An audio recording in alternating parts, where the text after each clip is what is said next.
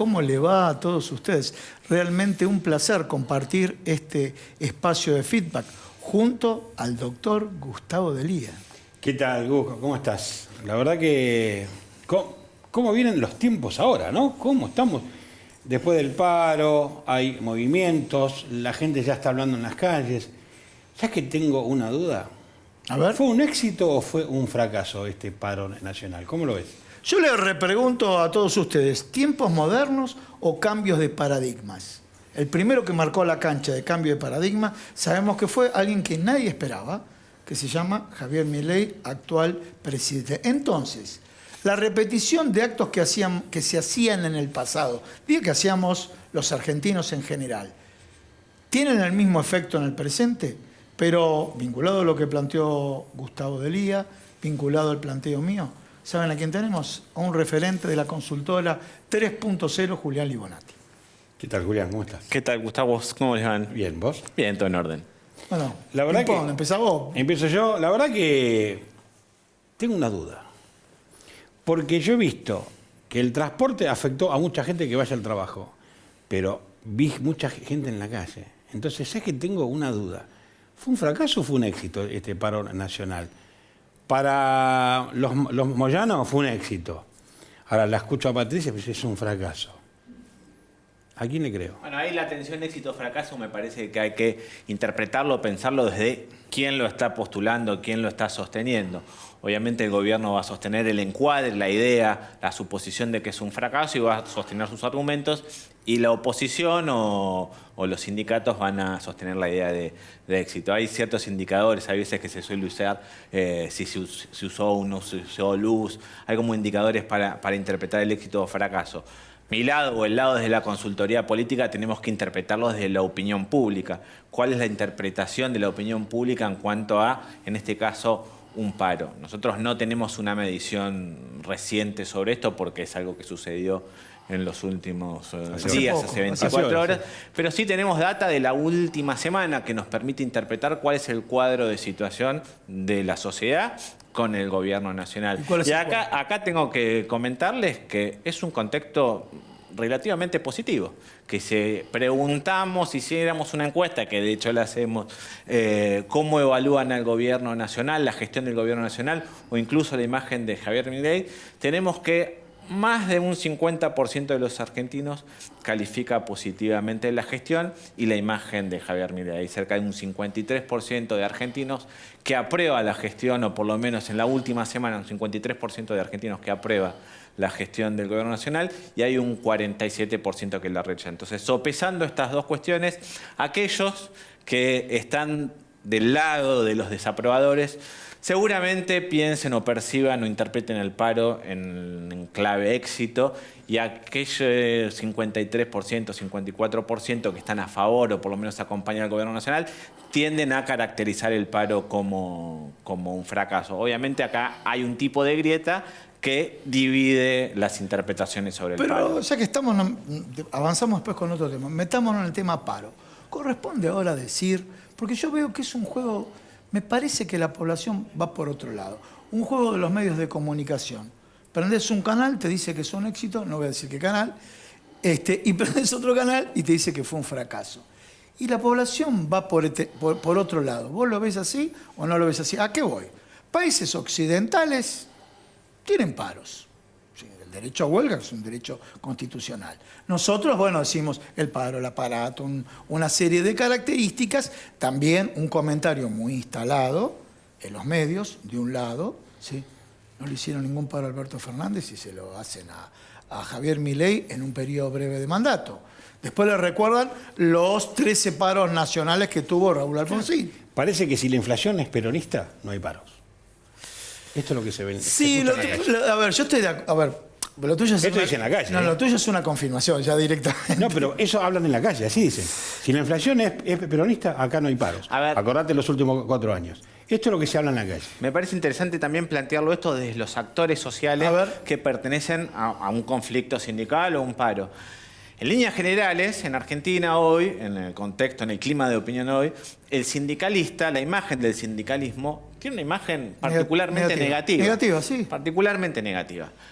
Si tuviéramos que hacer un balance... Pero entre acá y en el mundo. Acá y en el mundo, por lo menos los datos que yo tengo de Argentina, más o menos un 30% de la población o del electorado tiende a aprobar o tener una imagen positiva de los sindicalistas y hay un 70% que lo rechaza. Entonces, si el debate es gobierno nacional versus sindicalismo, o Javier Milei versus sindicalismo, hay una propensión a que en el actual clima de opinión se tienda a creer más en el gobierno nacional solamente por una cuestión de posicionamiento inicial. Ahora, hago un disclaimer que es, en algunas oportunidades, las sociedades o la opinión pública en un determinado contexto puede habilitar o aprobar una medida sindical.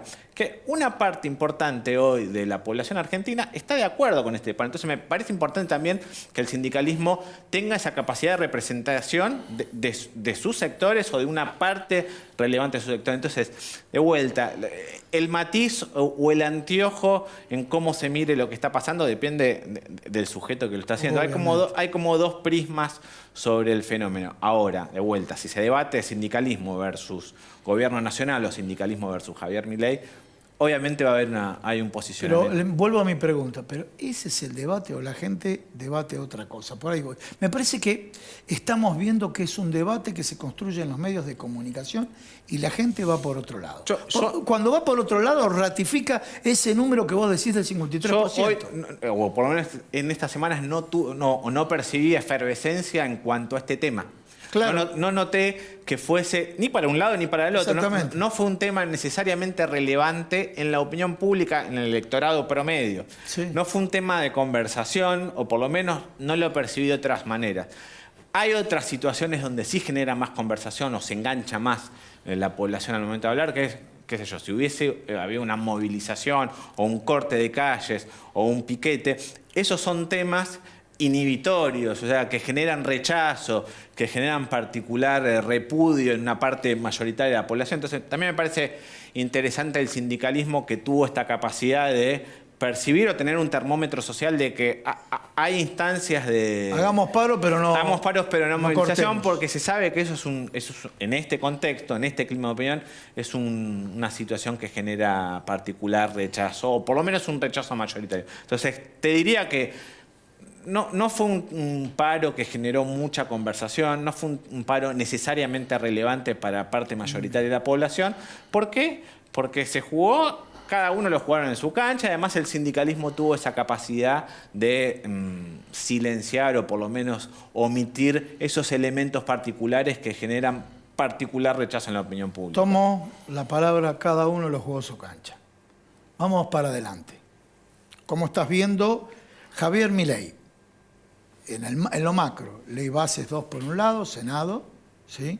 Este tema de rompecabezas, quién sí, quién no, porque la oposición suma los 33 abroquelados del peronismo, pero sabe que del mismo peronismo tiene gente que puede votar a favor. Digo puede, hasta que no lo tengamos, estamos hablando del Senado. Diputados, ya lo sabemos. Eso por un lado. Segundo, Javier Milei en el contexto internacional, ¿sí?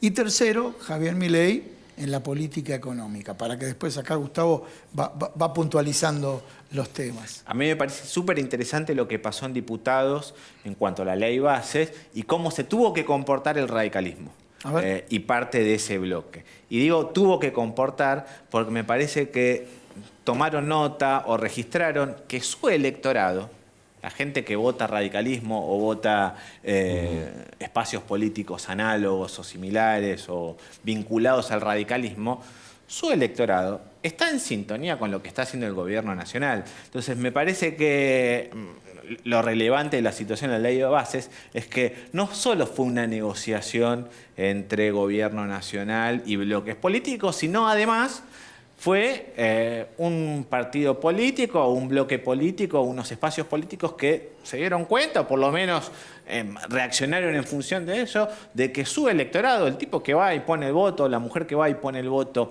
al radicalismo o a esos espacios vinculados, hoy está está en sintonía con el gobierno nacional. Entonces me parece Me parece un éxito del gobierno nacional poner en evidencia esta situación, o por lo menos que la escena de diputados y de la sanción de la ley bases puso en evidencia esa situación. Obviamente el Senado es otro partido, porque ahí lo que está en juego, más que la relación entre un gobierno nacional, diputados y electorados, es una relación directa de negociación entre un gobierno nacional, un ministro del Interior o un negociador y los gobernadores. Entonces, ahí yo creo que los senadores o la situación en el Senado va a ser distinta. Sí, la ley marco, la cuestión de diputados, porque pone en relevancia esta situación de que hay un bloque político que se dio cuenta o que percibió, que accionó en función de, bueno, mi demanda electoral está reclamando estas situaciones, yo me amalgamo a eso que está pidiendo. Julián, hay algo que es cierto, estamos en las vísperas del Pacto de Mayo, ¿sí? Y viene lo que se llama ahora Ley de Bases 2, Pacto de Mayo, y según escuché ayer, ahí me contó un pajarito, que el levantamiento del cepo estamos no tan lejos. Pero eso se lo dejamos a Echevarne después. Con todo esto, ¿se consolida este gobierno frente a esto? Yo creo que, a ver, es siempre difícil arriesgarse, pero si te tengo que dar una respuesta es sí, y lo que estamos percibiendo es que hay ciertos indicios, obviamente a ser consolidados, ciertos indicios de esa consolidación del gobierno nacional. Y te doy uno. Desde el inicio del gobierno, la evaluación de su gestión siempre supera 49%. En la última semana la estamos teniendo esa evaluación de gestión positiva en 53%. Es el pico más alto, inclusive la semana posterior a la asunción. Entonces, hoy en esta semana estamos teniendo un gobierno nacional con un rendimiento o una aprobación particularmente alta. Y además, me parece que hay un indicio de consolidación, es que se está generando, por lo menos lo que nosotros estamos registrando, algo así como un nuevo humor social, que si lo tuviéramos que descomponer o dar una definición operativa de ese nuevo humor social, es una sociedad que tiene mucha más paciencia, una sociedad que no necesariamente le va a reclamar al gobierno nacional una solución ya, que es una sociedad que puede esperar resultados de acá a 2, 3 o 4 años, que de hecho eso es el 70% de los argentinos, es 7 de cada 10 argentinos. Te interrumpo y seguí con tu línea. Si es así, ratifica lo que dice Javier Milei. El próximo año en las elecciones voy a tener diputados propios. Bueno, eso es obviamente el posicionamiento de Javier Milei comparado con pero lo que estás diciendo vos. Estás diciendo vos que el 70% ratifica este proceso de largo plazo. Sí, o por lo menos de al menos 2 años. Bien. Y sí me parece importante la idea de que la inflación, como problema de opinión pública, deja de ser el principal o la principal problemática o tema que tienen los argentinos hoy en la cabeza. Es, por supuesto, para un 30% de los argentinos sigue siendo el principal problema, pero si lo comparamos con lo que veíamos en enero de este año, en ese mes, el 65% de los argentinos percibía que la inflación era el principal problema. Entonces, si vemos la curva, es una curva para abajo. Esto pone en un desafío al gobierno y a la oposición. Al gobierno, ¿por qué? Porque la inflación es la cancha donde mejor juega, donde hacen pases el ministro y el presidente. Claro. Entonces abre la puerta a la oposición de imponer nuevas temáticas y nuevas problematizaciones. Tal cual. Así que bueno, la verdad que es muy claro, Julián. Clarísimo, Julián. Muchísimas gracias. Gracias. Un placer. Señores, si ustedes pasan por la calle Corrientes 3880, miren el logo que tiene atrás, Tric Hombres. Estamos viendo ahí a está, mirá. Gustavo Delía. Mirá este traje. Ese saco, esa corbata, esa camisa es de Tric Hombres. Corrientes 3880.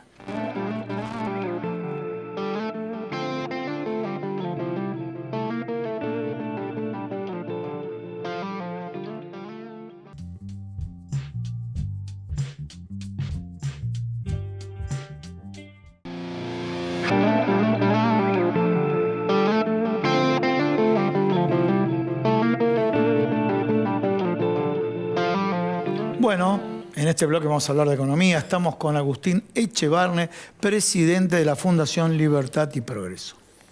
¿Qué tal, Agustín? ¿Cómo estás? Muy bien, ¿cómo están ustedes? Un placer de estar nuevamente aquí. Gracias, igualmente.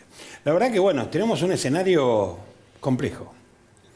Venimos de un paro, viene el Pacto de Mayo, dicen que va a haber un levantamiento del cepo, hoy lo escuché por ahí, dice que hay voces que están hablando, parece que las reservas van a ir aumentando, esto es lo que escuché, voces también por parte de personas que están cercanas al ministro de Economía. ¿Cómo lo ves vos?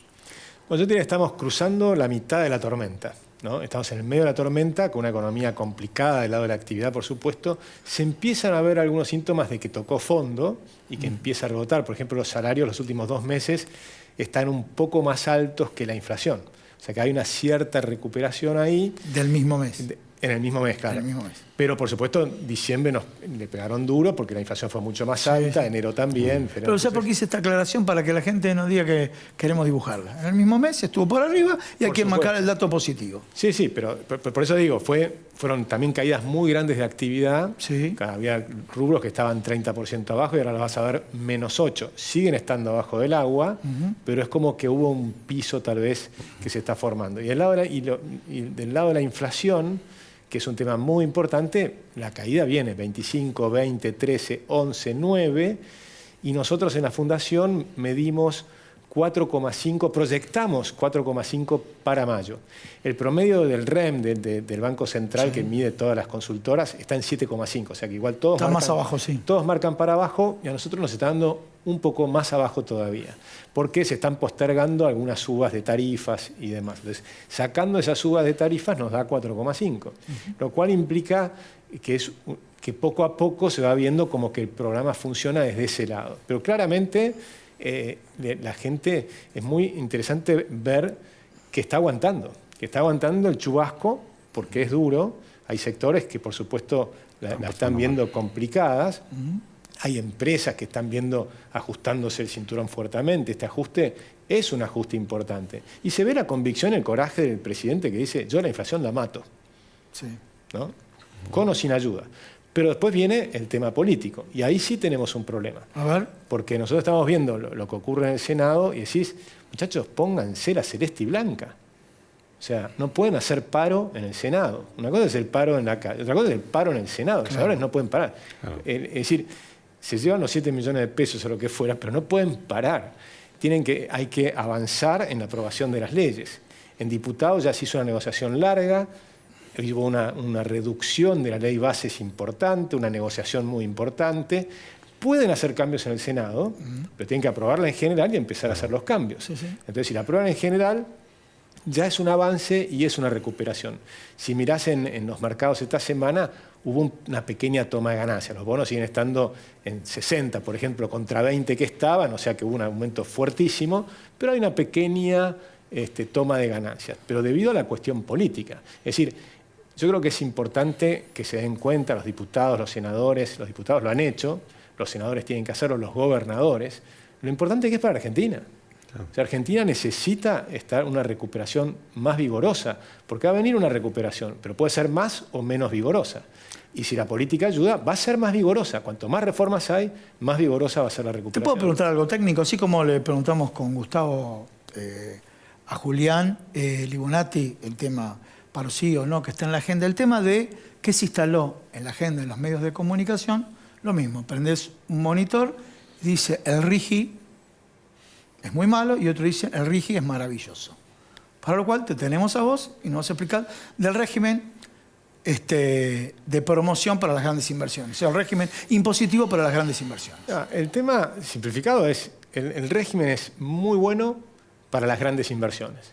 Y entonces te deja fuera los que no son las grandes inversiones. Bien. Entonces, Argentina tiene un problema de impuestos fenomenales. Sí. Tiene un problema de falta de seguridad jurídica. Sí. Bueno, esos temas te los limita por 30 años. Entonces, vos imaginate una gran inversión, por ejemplo, minería. Minería.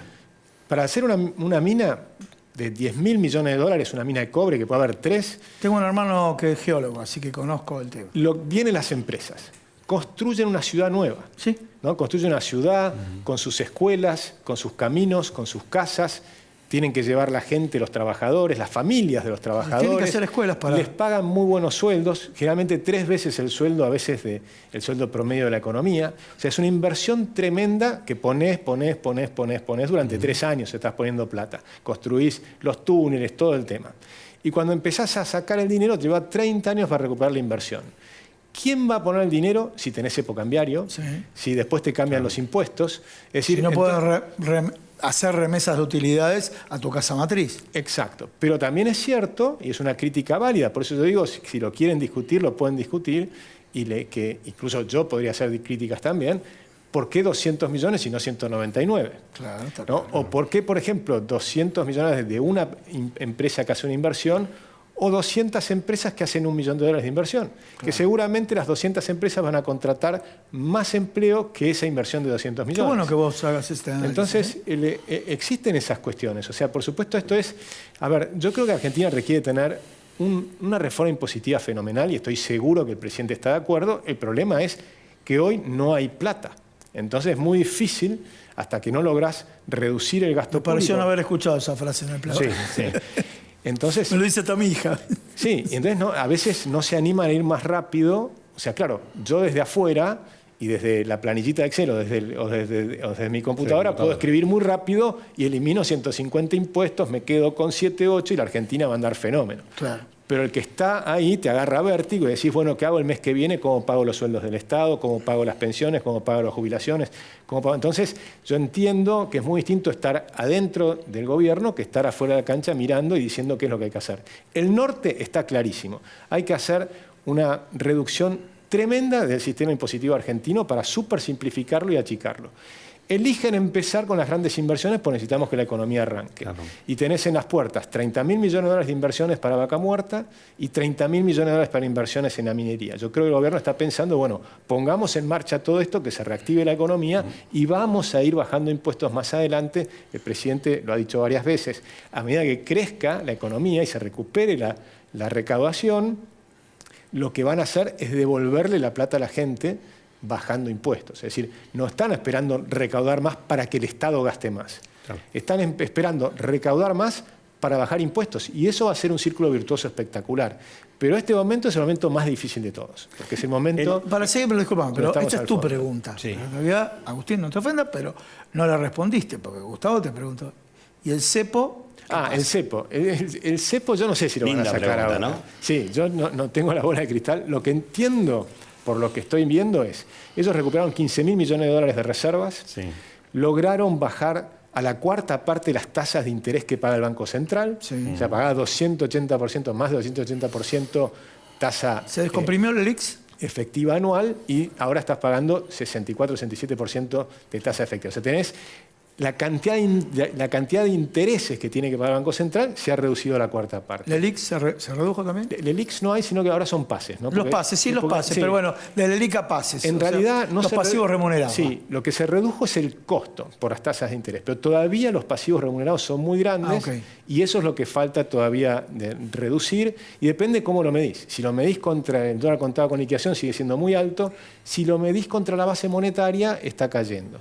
O sea que en términos de lo que podría ser una potencial hiperinflación, hoy está bajando. Contado con liquidación es alto y versus base monetaria empieza a reducir. Entonces vos tenés un esquema donde lo que está mostrando es que el programa está funcionando, pero está llegando un momento donde hay un montón de tensiones. Entonces, en este trimestre, que es el trimestre donde ingresan los dólares de la cosecha, deberían recuperar tal vez otros 10.000 millones de dólares de reservas y tal vez allí se animen a salir del cepo. Es lo que se está hablando. Están ahora viendo a ver lo que se recaude de la cosecha para juntar por lo menos los 30.000 millones de dólares que se está hablando para poder liberar el cepo. Bueno, 30.000 les va a costar bastante más tiempo, ¿no? Yo creo que pero ellos dicen. Claro, ellos ya tienen 15.000 que ya recuperaron, de alguna manera las reservas estaban menos 12.000 y ahora están en cero, prácticamente las reservas netas. Las reservas netas. Con lo cual, si ahí recuperan es un alivio y después está, por supuesto, la posibilidad de conseguir en algún momento algún acuerdo con el Fondo Monetario que hoy lo postergaron para más adelante. Algunos medios especializados como El Cronista dice, bueno,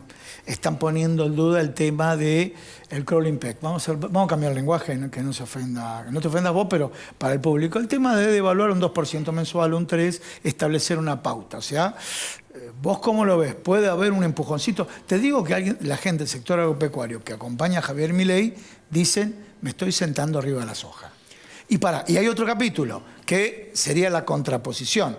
Con la desgracia que pasó en Porto Alegre y las inundaciones de Brasil, aparentemente el commodity puede subir en dólares.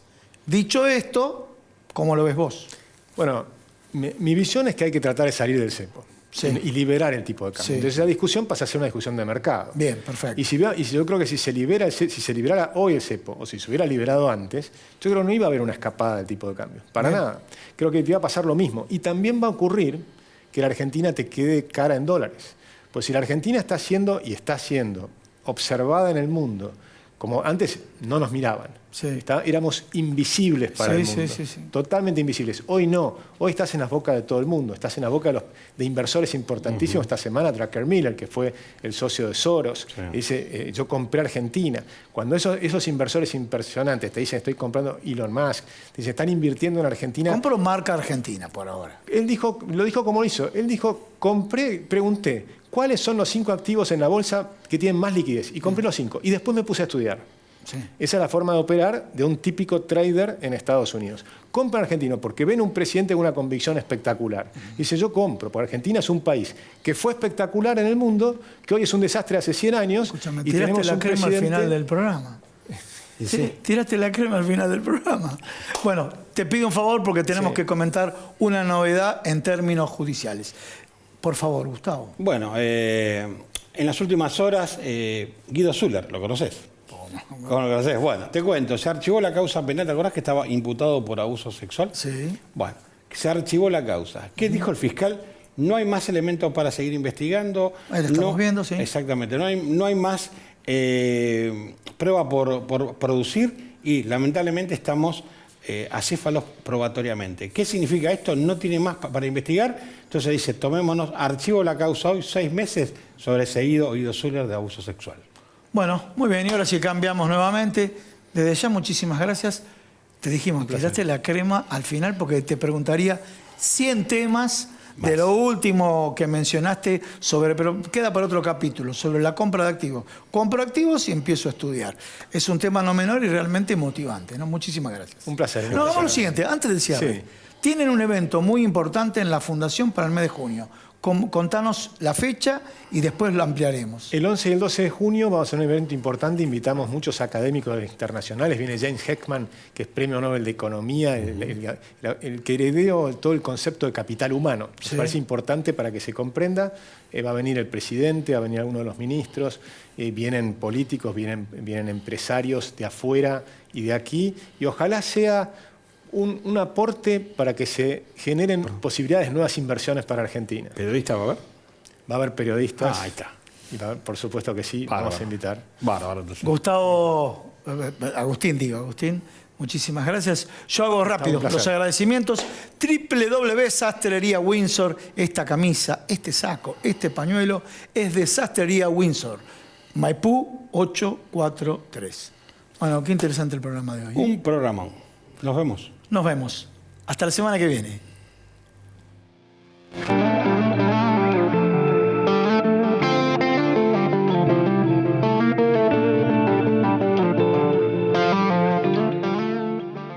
¿Sabías que el 17 de mayo es el Día Mundial de la Hipertensión Arterial?